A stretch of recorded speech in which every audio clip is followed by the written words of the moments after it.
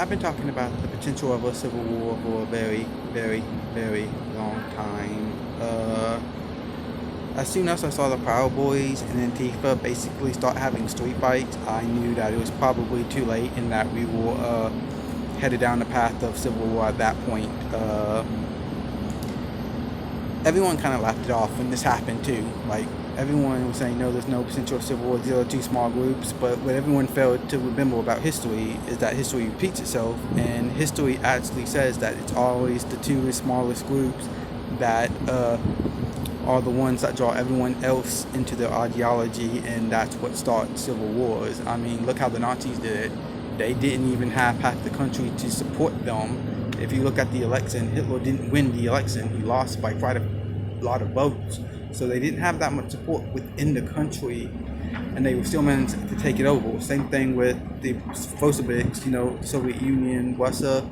They didn't have a large following. They had small groups, and they had to get other groups to help them in order to even take Moscow. They didn't have enough people to take a block of Moscow. And that's the thing that you gotta remember about history, is that when two small groups fight, it's always the two smallest groups that are going to cause the biggest problems, because those are the ones with the biggest microphones. And it's the same thing with defund the police. If you ask most Americans don't want to defund the police. They know that's just a stupid move altogether. Yet you have a very small majority wanting to defund the police, and yet all over the country we're seeing police funding being slashed in half. We're seeing cops walking off the job in massive numbers. We're seeing things that are happening that shouldn't be happening. And the reason these things are happening is because our leaders are weak and inefficient. They can't do the job. They can't stop these people. In fact, in many cases, the people in Seattle, the mayor in Seattle, she's allowing this to happen because she's one of them. She is a leftist. She is an Antifa member, and she's over there allowing them to take over an entire city block of Seattle in order to send a message to Donald Trump. And when Donald Trump said he's going to take it back, everyone attacks him.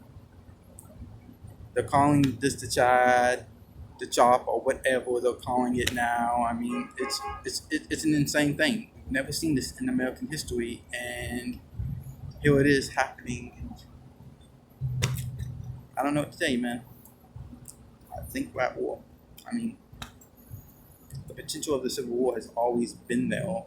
Bill Maher, like 1 year ago, said we need to cool the rhetoric because it's going to lead to a civil war. There was a 2020 panel with a bunch of Democrats, a bunch of Republicans, and they got together and they all came out with the same conclusion, which was war, a civil war, because they couldn't agree on anything. Now you got Joe Biden, who basically, I don't know what Joe Biden's doing. He doesn't even know where he is half the time.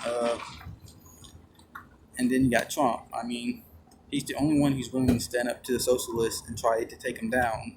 And like I said, I don't know what to tell you. Vote for Trump in 2020, because if anyone else gets it, America's over. America might already be over despite Trump winning. I don't know. I mean, just we're seeing moves all over the country right now, especially in large cities, and those moves are leading us to war. I mean, here in Mobile, we're starting to see Confederate statues being taken down. Now, I'm not anyone big on the Confederacy or anything like that. I'm fine with taking down Confederate statues. It's whatever to me, because I don't care. But I can see where this is going to lead, because it happened in other states. It starts with taking down statues, flags, and other stuff like that. Then it starts with taking over the school system. Then it continues and spirals out of control until finally they have control of the government. They have control of all the institutions. They have control of the police department. And then it's going to end up, we're going to start seeing people be arrested for having separate ideas. We're going to see victims become arrested and thrown in jail. We're going to see so much chaos that it's not going to really matter, because it's not no one to defend you. What happens when you call 911 because you got attacked and they tell you we can't come help you?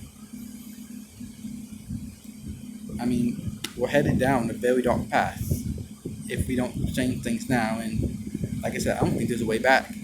I think it's too late. I think we're pretty much at war already. We just don't realize it yet.